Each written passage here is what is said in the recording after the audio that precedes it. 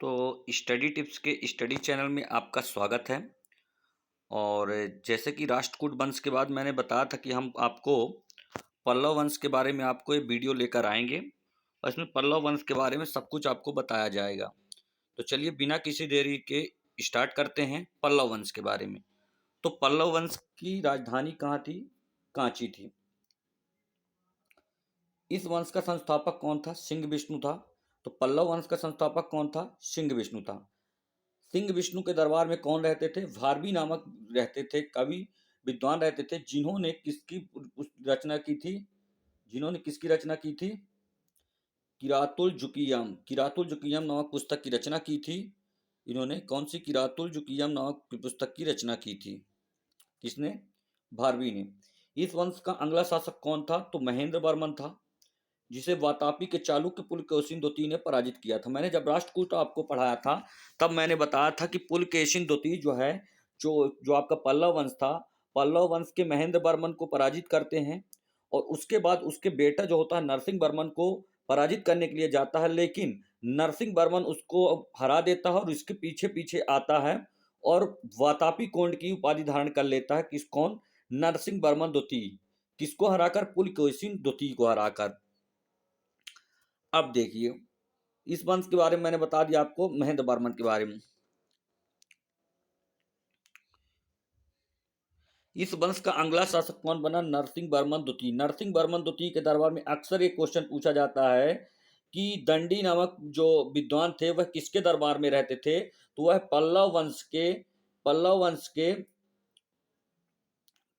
के कौन से शासक थे? नरसिंह वर्मन के दरबार में रहते थे दंडी नामक व्यक्ति। दंडी ने क्या लिखा था? 10 कुमार चरितम नामक रचना लिखी की थी।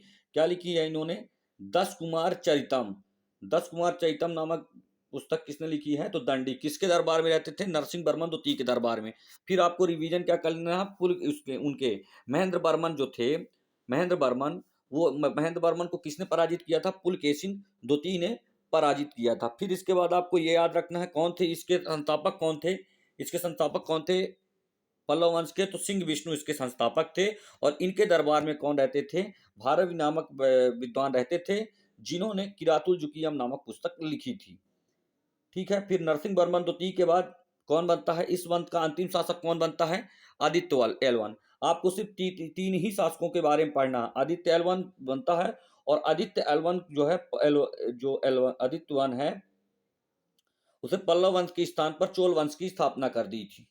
ठीक है ना। 8वीं सदी के इस पल्लव वंश में शैव धर्म के सर्वाधिक। तो सीधा पूछा जाता है क्वेश्चन कि पल्लव वंश जो थे वह किस धर्म से संबंधित थे? तो पल्लव वंश शैव धर्म से प्रबंधित थे, शैव धर्म से।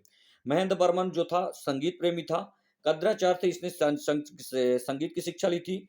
नरसिंह वर्मन प्रथम ने महाबलीपुरम में एकाश्म मंदिर बनवाया था, जिसे रत्न मंदिर कहा जाता है। तो सीधा क्वेश्चन आता है कि एकाश्म मंदिर महाबलीपुरम, एकाश्म मंदिर किस वंश के द्वारा बनवाया गया था? तो पल्लव वंश के नरसिंह वर्मन प्रथम के द्वारा बनवाया गया था। नरसिंह वर्मन के दरबार में कौन आया था? हेनसंग। सीधा क्वेश्चन पूछा जाता है कि पल्लव वंश के समय में वह कौन सा व्यक्ति था जो कि आया था और जो किसके दरबार में आया था? नरसिंह वर्मन के दरबार में आया था।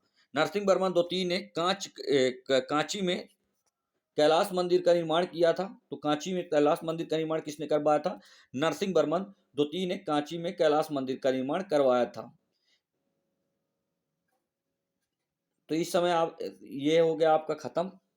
और सीधा क्वेश्चन एक पूछा जाएगा आपसे कि जिस समय पर अरब आक्रमण हो रहे थे उस समय दक्षिण में कौन शासन कर रहा था? तो पल्लव वंश शासन कर रहे थे और उन्हीं के समय पर क्या हुआ था? अरब आक्रमण हुआ था। आपको याद क्या क्या रखना है पल्लव वंश से? पल्लव वंश के संस्थापक कौन थे? तो आपको सीधे याद रखना है विष्णु रहते, सिंह जो विष्णु थे वो रहते थे, सिंह विष्णु थे। फिर इसके बाद आपको ये याद रखना है कि पुलकेशिन द्वितीय ने किसके ऊपर आक्रमण किया था? तो पुलकेशिन द्वितीय ने महेंद्र वर्मन के ऊपर आक्रमण किया था।